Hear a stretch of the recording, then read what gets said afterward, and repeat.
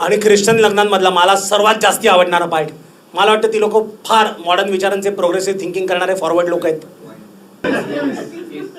ते म्हणतात आम्हाला माहितीये ना खोलीचं दार लागल्यावर तुम्ही काय करणार आहात,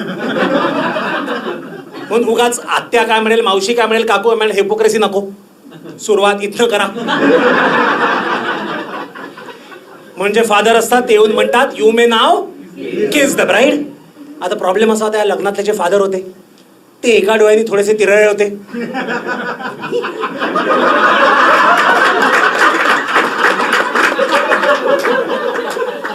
म्हटलं हे थोडस ऑड वाटतंय.